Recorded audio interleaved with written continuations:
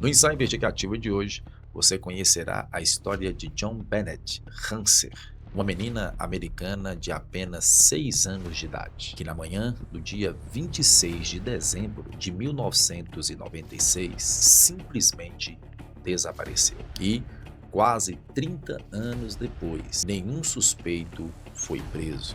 E essa história se tornou uma das histórias mais intrigantes da história criminal americana. Senhoras e senhores, fique comigo, porque está no ar mais um episódio de True Crime aqui no Ensaio Investigativo.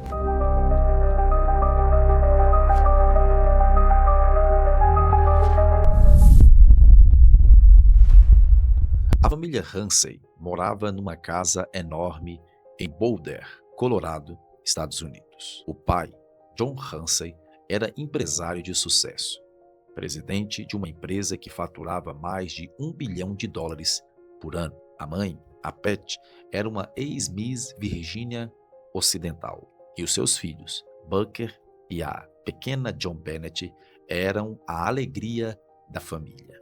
A filha mais nova, a John Bennett Hanser, tinha algo peculiar. Desde muito pequena, com 4 anos de idade, competia em concurso de beleza por todo o Colorado, a exemplo da sua mãe. E com 6 anos de idade, já tinha vários títulos por todo o país. Mas, no dia 25 de dezembro de 1996, depois de uma festa de Natal na casa dos amigos, a família voltou para casa lá para as 9h30 da noite. A pequena Bennett adormeceu no carro e o seu pai levou-o para o quarto e todos da família foram dormir. Quando era 5h30 da manhã, a mãe, Pat, desceu do quarto e foi para a cozinha fazer o seu café. E no percurso até a cozinha, ela encontrou a escada da casa. Era um bilhete escrito à mão com cerca de 360 palavras. E ali tinha um pedido de US$ 180 mil pelo resgate da pequena Bennett. Quando a mãe, Pat, leu aquele bilhete, no primeiro momento, ela imaginou ser uma pegadinha, mas quando ela entrou no quarto e viu que a pequena filha não estava lá, o mundo desabou. E começava ali um dos momentos mais tristes da história daquela família, que até hoje não se sabe bem o que aconteceu. A mãe imediatamente ligou para a polícia, apesar do bilhete dizer para não envolver os policiais. Quando a polícia chegou, a casa já estava cheia de amigos e de conhecidos. Isso porque ela saiu avisando e ligando para todo mundo. Tinha amigos, vizinhos, advogado da família, pastor, estava todo mundo lá. E com essas pessoas todas na casa, as provas e as evidências do crime foram todas destruídas. 7 horas depois, ainda sem nenhuma ligação do suposto sequestrador, o detetive pediu para o John inspecionar a casa mais uma vez. John, então, levou o policial até o porão e, quando a polícia abriu a porta da adega, encontrou aquilo que a família mais temia. A John Bennett estava lá, no chão, amarrada, estrangulada, com um pedaço de pau preso à corda em volta do pescoço, aquilo que eles se chamam de garrote. E aí veio o detalhe que virou a investigação por inteiro. O pedaço de pau usado para fazer o garrote era o cabo quebrado de um pincel da Pat, a mãe. E o bilhete havia sido escrito com uma caneta e um papel de dentro da própria casa. A fita que tampava a boca da criança, após uma análise no laboratório, foi encontrado fibras de uma blusa preta que pertencia à mãe, a Pat. Depois de tudo isso, a polícia então desconfiou e começou a sussurrar a mesma coisa nas primeiras horas do crime. O assassino estava ali, dentro daquela casa. É aí que entra a parte mais intrigante neste caso. Em quase 30 anos de investigação, 3 grandes teorias se levantaram a respeito do caso da pequena Bennett. E cada uma dessas teorias possui os seus defensores, as suas evidências e também os seus deslizes. A primeira teoria é a teoria do intruso. Essa é a teoria que a família Hansen sempre defendeu.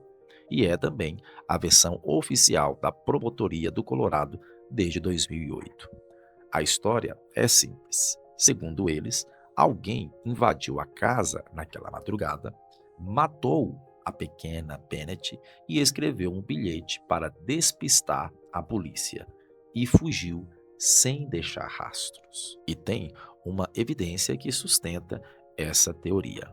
Em 2003 a 2008, com o avanço da tecnologia forense, peritos conseguiram extrair DNA masculino da roupa íntima de Bennett e também debaixo das unhas dela. Esse DNA não corresponde a ninguém da família Hansen, não corresponde a nenhum amigo da família e também não corresponde a nenhum suspeito conhecido. Esse DNA está no banco de dados criminal americano. Foi cruzado com bancos de DNA familiar genealógico. Foi rodado em todos os estados e até hoje, em 2026, não bateu com ninguém. Foi com base neste DNA que a promotora do condado de Boulder, Mary Lacy, exonerou oficialmente a família Hansen em 2008, 12 anos depois do crime. Em carta pública, ela pediu desculpas à família pelo sofrimento causado pela suspeita. Os defensores dessa teoria perguntam se a família não matou, de onde veio esse DNA? E ninguém tem resposta. Mas essa teoria também tem problemas grandes, pois a janela do porão, que seria o suposto ponto de entrada, tinha teias de aranha intactas. Quer dizer que ninguém tinha passado por ali nos anos anteriores. A neve em volta da casa não tinha pegada nenhuma na manhã do crime. E quem invadiu uma casa para sequestrar a criança não fica 3 horas dentro do lugar escrevendo um bilhete de quase 400 páginas, com caneta e papel da própria vítima. É por isso que existem muitos que não acreditam nesta primeira teoria. E foi daí que surgiu a segunda teoria de quem tinha matado a pequena Bennett. Há quem diga que quem foi a autora do crime foi a própria mãe, a Pat. E essa é uma teoria que dominou os anos 2000. A versão é o seguinte: a Pat teria, no momento de surto, talvez por causa de uma raiva acumulada, talvez por causa de um conflito específico com a filha naquela noite, agrediu a pequena Bennett. E depois, ajudada ou não pelo marido, construiu toda aquela cena para parecer um sequestro. As evidências que sustentam essas teorias são fortes. Primeiro, a caligrafia. Os peritos compararam a letra do bilhete com a de John. Foi descartado rapidamente. A letra dele era muito diferente. No entanto, a letra de Pat, não. Os peritos chegaram a dizer que era altamente comparável. Os peritos chegaram a dizer que era altamente provável que ela tivesse escrito o bilhete, mas nunca conseguiram bater com certeza absoluta. A segunda evidência está no conteúdo do bilhete, pois o valor pedido de 180 mil dólares era o valor exato do bônus que o John havia recebido. E quem seria a pessoa que teria a informação tão específica assim? Alguém, com certeza, que fosse da família. A terceira evidência era a evidência física. O pincel quebrado, usado no garrote, era da própria Pat. As fibras na fita vieram de uma blusa preta que ela usou na festa de Natal e continuou usando na manhã seguinte. E mais um detalhe que ninguém conhece. Quando a Pat ligou para a polícia, no áudio amplificado depois, especialistas afirmaram ouvir uma voz infantil ao fundo, o Buck, perguntando: o que vocês encontraram? Na versão oficial dos Hansen, o Buck diz que o Buck estava dormindo naquele momento e que não estava acordado e que não sabia de nada. Mas, mesmo com tantas evidências assim, a teoria ainda não fecha, porque não se tem um motivo claro.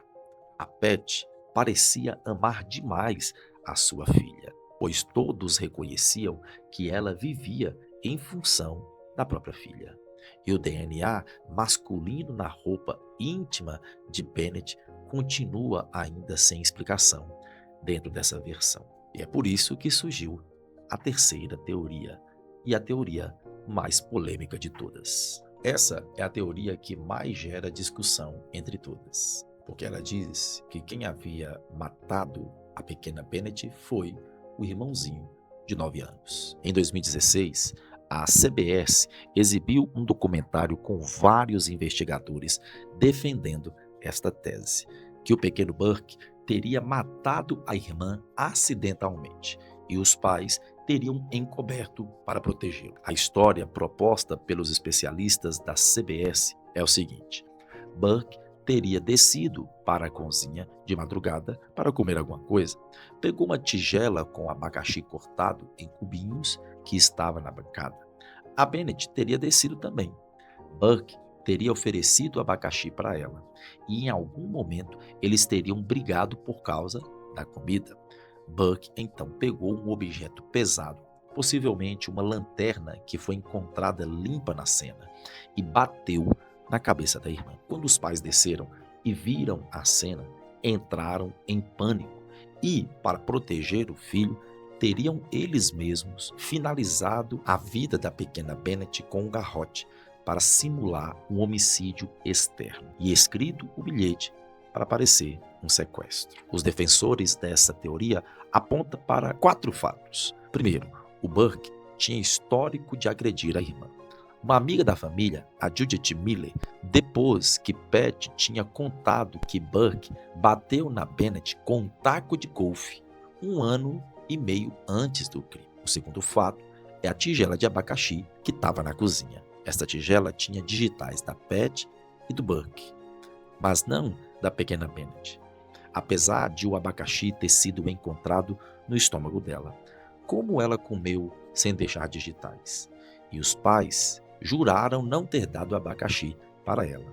Então, quem foi que deu? O terceiro fato está na força do golpe.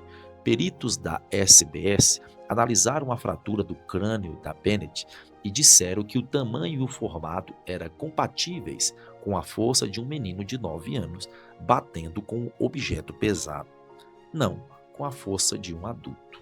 O quarto ponto era o comportamento do Burke durante as investigações. Quando entrevistado por um psicólogo infantil, ele ria, brincava, parecia estranhamente despreocupado com uma criança que tinha acabado de perder a irmã. Anos mais tarde, o próprio Burke processou a SBS por defamação e a SBS pagou uma indenização milionária e o caso foi encerrado em segredo. Mas essa teoria continua circulando. Os opositores desta teoria apontam o óbvio. Não tem evidência física direta ligando o Burke ao crime. Aos 9 anos, mesmo que ele tivesse matado, a justiça americana o consideraria incapaz de cometer homicídio doloso. Quer dizer, ele não seria nem processado. Então, por que os pais arriscariam tudo para encobrir alguém que nem seria preso?